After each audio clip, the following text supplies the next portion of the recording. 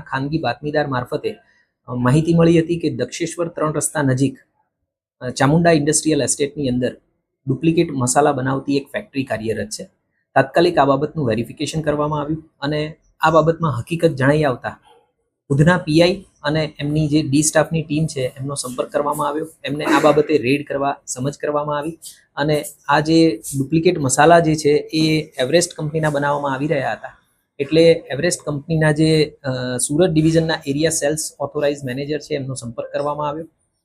ત્યારબાદ આ રેડ કરવામાં આવી અને રેડ દરમિયાન અમારા ધ્યાનમાં આવ્યું કે ત્યાં આગળ જે છે એ 4 આરોપીઓ અમને મળી આવ્યા હતા કે જે ત્યાં આગળ ફેક્ટરીની અંદર કામ કરી રહ્યા હતા. આ જે 4 આરોપીઓ છે એમાં એક વિનોદદાસ રાજેન્દ્રદાસ, બીજા વિનોદદાસ પૂનાદાસ, ત્રીજા કૈલ્લુ જેઠા મુર્મ અને ચોથા સુરેન્દ્રકુમાર કાલુદાસ. આ ચારેય જે વર્કર કમ આરોપીઓ છે જે ડુપ્લિકેટ મસાલાનું પેકિંગ કરી રહ્યા હતા એ ચારેય બાંદા બિહારના મૂળ વતની છે.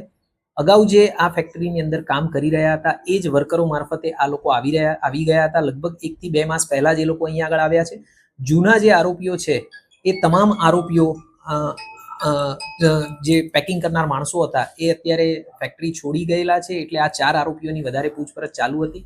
જે દરમિયાન ધ્યાનમાં આવ્યું કે આ ફેક્ટરી જે છે એ મૂળ અનિલ ગુમાનસિંહ ગોયલ જોધપુર રાજસ્થાનનો જે વતની છે એ ચલાવી રહ્યો છે અને એની સાથે સુનિલ સોની કરીને જે એમનો માણસ હતો એ પણ આની અંદર સંડોવાયેલો હતો. હાલે અમે જે આગળ 4 વર્કર જણાવ્યા એ 4 વર્કર અને આ સુનિલ સોનીની અરેસ્ટ કરી અને ધરપકડ કરી અને પૂછતાછ ચાલુ કરેલી છે. અને આ જે અમારી રેડ થઈ એ દરમિયાન લગભગ 25 લાખ જેટલો મુદ્દામાલ અમે કબજે કરેલો છે, જેની અંદર 3 ડુપ્લિકેટ મસાલાનું પેકિંગ કરતા મશીન, એક કોમ્પ્રેસર મશીન, વજન કાંટો, નકલી મસાલા વગેરે કબજે કરેલું છે.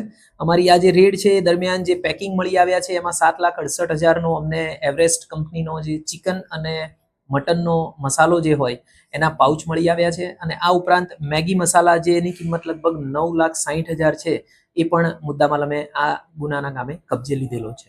કેટલા વર્ષથી આ કારખાનું ચાલતું હતું અને કેટલો માલ જે છે બજારમાં? જે અમે તપાસ કરી અને હાલ જે વર્કર કમ આરોપીઓને અમે અરેસ્ટ કરેલા છે એના મારફતે પૂછતાછ ચાલુ છે.